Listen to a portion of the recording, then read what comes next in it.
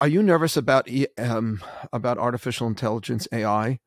Because if our goal in life is to somehow bring out the spiritual from the physical, okay, then we have now created computers smart enough to figure stuff out on their own, and we're going to start relying on them. People are starting to rely on them, not just for information, but like even creativity now. I mean, you could just sit down and what is it called? I'm terrible with this.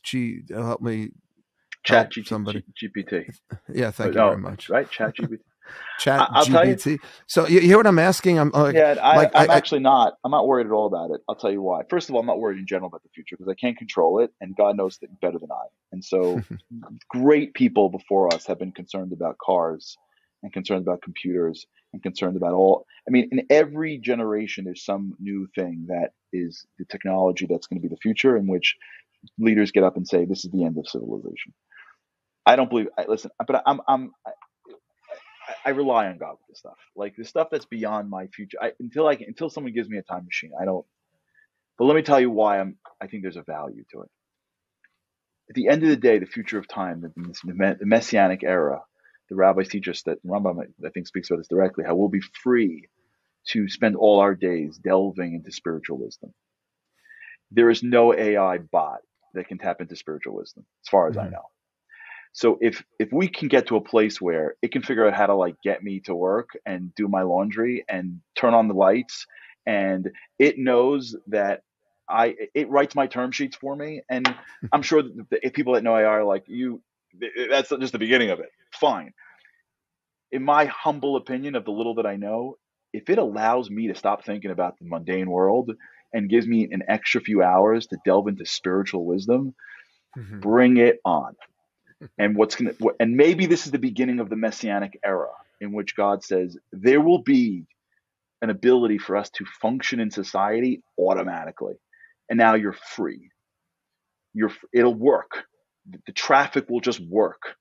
The groceries will just work. Your fridge will read the eggs you need, and then it'll get delivered to your house. Whatever. Maybe we'll see a time where all the things we call life, we will realize are just algorithms.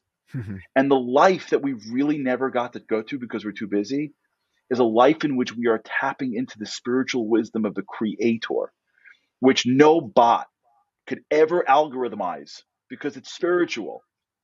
And if this thing gives us time to start to become bigger people, to deepen our relationships between each other and it can't come Right. fast enough. Now, listen, like anything else, it could be a huge blessing if it frees us up. I And don't like know how everything much. else, it'll be ruined by bad people, and we'll have to stay away Although from it. I just look, I don't know much about artificial intelligence, but it seems that these bots or these whatever it is will be able to access a lot of the literature out there on Kabbalah. And if these computers can access and not manipulate, but get into ideas of Kabbalah in a smarter way that you and I can. Now, I'm not saying it's going to impact the soul per se, That's what it and that is. it's going to It's make us called. feel closer to God, but it could perhaps give us, I don't know, greater insights that we Yeah. maybe couldn't have come up with on our own. The question is it, are we going to like, are we going to just like, we don't need to do the work anymore? We just, there's no amelus anymore. There's no like, It could be. throwing Yeah. yourself into something because, why I'm sure schwitz that anymore? I'm sure it will be, and I'm sure they'll lead to tremendous depravity, just like in times of Noah, when they invented farm tools, and that led to the worst society that needed to get whipped out by the flood. So Mhm. always, whenever there's a shift in agricultural or any type of Right. lifestyle living, there's a whole world of easier living, which leads me to do worse things.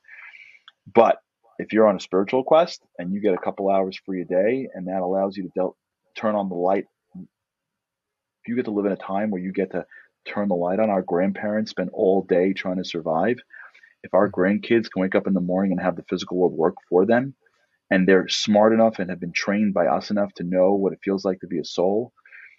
Now, if we're physical beings, then we're competing with bots. If we're spiritual beings, then the bots are Mhm. working for us, There you and go. that's the difference, in my opinion. Yeah. Okay, I'm sure it's naive, but No. I mean, look, Sometimes it's fun to be naive. like anything else, they said that Noach got his name. You just mentioned about he Yeah. invented the plow. So that also, I mean, he got his name because Noach, he brought a certain more pleasant existence to other people. Yeah. Because he solved one of the biggest problems, in terms of farming. But along with that industrial revolution change came all these other issues and problems. The question is, Right. Can we somehow learn to get the good without getting sucked into all the other things that, let's say, technology brings with it? Yep.